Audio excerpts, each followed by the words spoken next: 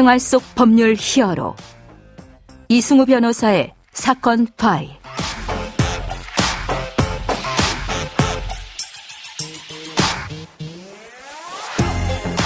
안녕하세요. 이승우입니다.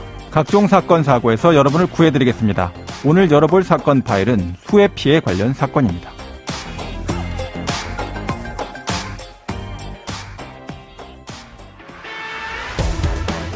지난 폭우가 내릴 당시 경기 안양시의 안양천 방수문이 제때 열리지 않아서 침수 피해가 컸다는 주민들의 지적이 나와서 논란이 일고 있습니다. 사건 파일 오늘은 지난달 서울 경기 지역에서 발생한 수해와 침수 피해에 대한 손해배상에 대해서 이야기를 나눠보도록 하겠습니다. 피해 보상을 받을 수 있는 방법에 대해서 구체적으로 법무법인 법승의 김한울 변호사와 함께 알아봅니다. 안녕하세요, 변호사님. 네, 안녕하세요. 김한울 변호사입니다. 네네. 지난달에 발생한 폭우로 인해서 이제 많은 차량들이 피해를 입었죠. 그 와중에 또 담당 공무원이 안양천의 방수문을 닫지 않아서 피해가 더 커졌던 그런 사건이 있었죠. 네, 지난 8월 8일 저녁 폭우가 쏟아지던 당시 안양 비산동, 안양동, 호계동 부근 안양천 방수문이 그대로 방치가 됐고 예. 도로는 물론 인근 오피스텔, 아파트 등의 침수로 이어졌는데 안양시 담당 공무원은 해당 방수문을 다음 날 오전에야 닫았다고 합니다. 예. 안양시 측에서는 폭우 당시 방수문을 늦게 닫은 것이 맞다. 또 뒤늦게 시에서 닫은 곳도 있고 주민들이 직접 닫았다는 민원도 들어왔다. 이렇게 인정하면서도 따로 배상은 해줄 수 없다는 그런 입장을 표명했다고 합니다. 네네. 이처럼 수해로 재산상 피해나 인명사고를 겪게 되신 분들께서는 가장 먼저 보험에 가입되어 있는지 따져보실 텐데요. 예. 대표적으로 자동차 관련해서는 대부분 종합보험에 가입하시다 보니까 보험회사에 보험금을 청구할 수 있겠다는 생각은 쉽게 떠올리실 겁니다. 네, 그렇습니다. 그렇지만 경우에 따라서는 수해로 인해서 인사상, 재산상 피해가 발생한 경우에 국가나 지방자치단체를 상대로 손해배상을 청구할 수도 있습니다. 실제 수해가 발생했을 때 국가나 지방자치단체를 상대로 손해배상 청구를 하고 승소하는 경우도 적지 않습니다. 그래서 오늘은 과거에 있었던 법원 사건을 살펴보면서 관련 법률을 함께 소개해드리고자 합니다. 예. 자, 지난번에서도 한번 다뤄본 적이 있긴 한데요. 이제 국가나 지방자치단체를 상대로 손해배상 청구를 진행할 경우 이게 이제 상당히 까다로운 부분이 있지 않습니까? 자, 오늘 가져오신 사건은 어떤 내용입니까? 네, 그래서 오늘 소개해드릴 사건은 일단 원고가 장선천이라고 하는 하천 근처에서 농사를 짓던 분입니다. 네. 이 장선천은 전라북도가 관리하는 하천인데요. 수해가 발생할 당시에는 국가, 그러니까 국토해양부 산하의 기관, 어느 기관이 있었는데 그 기관이 노후된 제방을 정비하는 공사를 하다가 중단이 돼버렸고 채 완공이 되지 않은 상태에서 상당 기간 지연이 됐다고 합니다. 제방이 이제 완전히 연결이 안 돼 있는 그런 상태였나 보군요. 예, 그렇습니다. 네네. 제방 공사가 완료되기 전에 집중호우로 상당한 규모의 수해가 발생했는데요. 네. 원고는 장선천이 범람한 탓에 농작물과 농사시설 등이 훼손됐다고 하면서 대한민국과 전라북도를 상대로 손해배상 청구를 하게 됩니다. 네, 이제 집중호우로 인한 수해로 발생한 피해에 대해서 이제 지방자치단체가 막지 못했다라는 점에서 지난달에 발생했던 안양천 방수문 관련된 사건과 비슷한 것 같은데요. 법원은 이 사안에 대해서 어떻게 판단을 했습니까? 네, 법원은 이 사건에서 공공의 영조우물에 하자가 있을 때 국가나 지방자치단체가 손해배상 책임을 지도록 하는 국가배상법 제5조를 적용했습니다. 네, 하자가 있을 때. 예. 네네. 그리고 수해 지점에서 장선천 제방 높이가 법령과 행정규칙을 근거로 정해지는 기준보다도 더 낮게 그렇게 제방 높이가 그 정도밖에는 되지 않았기 때문에 네네. 장선천에는 관리상의 하자가 있다고 보았습니다. 네.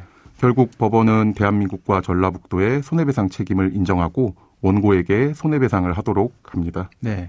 참고로 피고들은 장선천이 범람한 원인이 짧은 시간에 집중적으로 내린 호우였다 이렇게 주장을 하면서 이처럼 전혀 예측할 수 없는 불가항력으로 인해서 발생한 손해는 내가 배상할 책임이 없다 이렇게 주장을 했습니다. 네네. 법원은 과거 10년간 해당 지역 강수량을 살펴보고 또 과거에도 비슷한 정도로 비가 오거나 아니면 오히려 더 많은 비가 내린 때도 있다는 점에 주목해서 피고들의 이러한 주장을 받아들이지 않았습니다. 예측 불가능성에 대한 불가항력을 법원은 인정하지 않았다라는 얘기시고요. 예, 그렇습니다.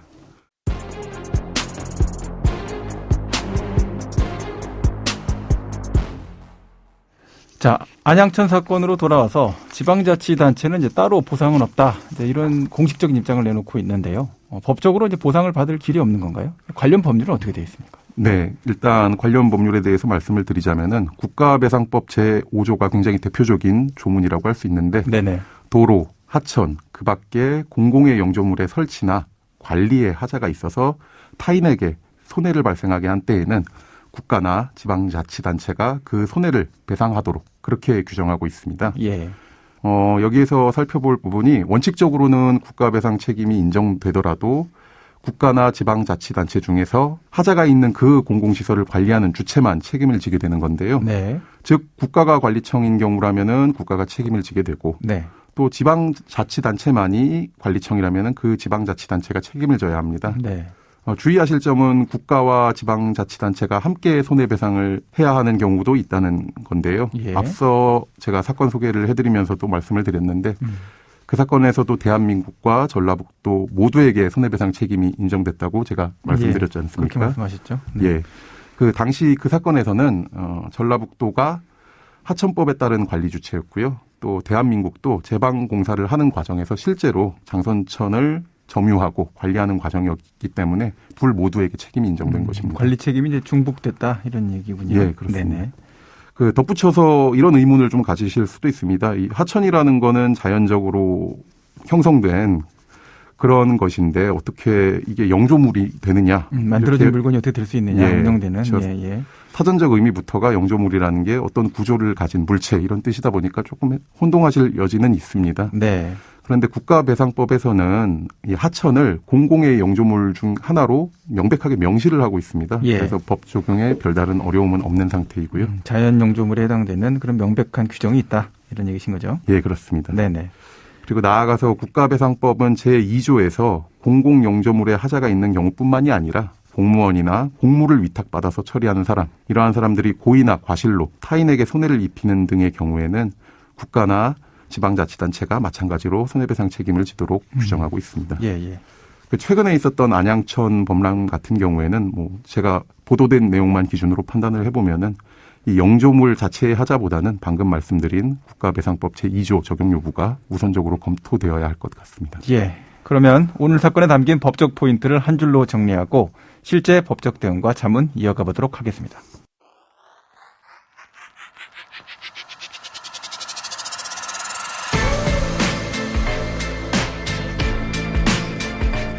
이럴 땐 법대로. 자, 이 예측 가능성이라는 단어와 예견 가능성이라는 단어가 있습니다. 예측 가능성이라고 하면 수치상으로 계산이 가능한 기준을 가지고 이제 판단한다. 이런 의미로 확률의 영역이다라고 볼 수가 있습니다. 자, 반면에 예견 가능성이라고 한다면 결과 발생을 예견할 수 있느냐, 예상할 수 있느냐, 없었느냐라는 표현으로 이른바 법적 과실 판단의 이제 기준이 됩니다. 안양천의 이제 방수문은 안양천이 범람하지 않도록 차단하는 기능을 하는 문입니다. 집중호우가 내리는 날 예보가 있었고요. 또 퇴근할 무렵에 폭우가 쏟아지기 시작했습니다. 그리고 휴대폰 날씨 정보에 올라오는 위성 사진만 보더라도 강력한 비구름대가 중부 지방에 집중돼서 밤새 유입되는 상황임을 확인할 수도 있었습니다. 안양천 방수문 사건의 포인트는 그렇기 때문에 방수문 관리 규정과 담당 공무원의 안양천 범람에 대한 예견 가능성이 있다라고 할 수 있겠습니다. 자, 오늘 안양천에서 발생한 폭우 피해와 관련된 사건을 이제 다뤄봤는데요. 다른 지역들도 수해로 인한 피해가 많이 있었습니다. 관련해서 이제 변호사님 법적 조언을 좀 해주신다면요. 네, 말씀하셨듯이 최근에 집중호우가 이어지면서 전국적으로 많은 분들께서 수해로 고통을 받으셨습니다. 그렇습니다. 또 피해 규모도 예년보다 크다 보니까 보도나 관심도 이전보다 더 많았고요. 예. 안타깝게도 최근 있었던 집중호우로 손해가 발생하셨다면은 법률 전문가의 도움을 받으셔서 누구에게 어떤 방식으로 어떠한 청구를 할지 신속하게 결정하고 조치를 할 수 있는 그러한 자세가 필요하겠습니다. 네. 지금까지 김하늘 변호사와 함께했습니다. 오늘 말씀 고맙습니다. 감사합니다. 생활 속 법률 히어로 이승우 변호사였습니다. 내일도 사건에서 여러분들을 구해드릴 사건 파일 함께 알겠습니다.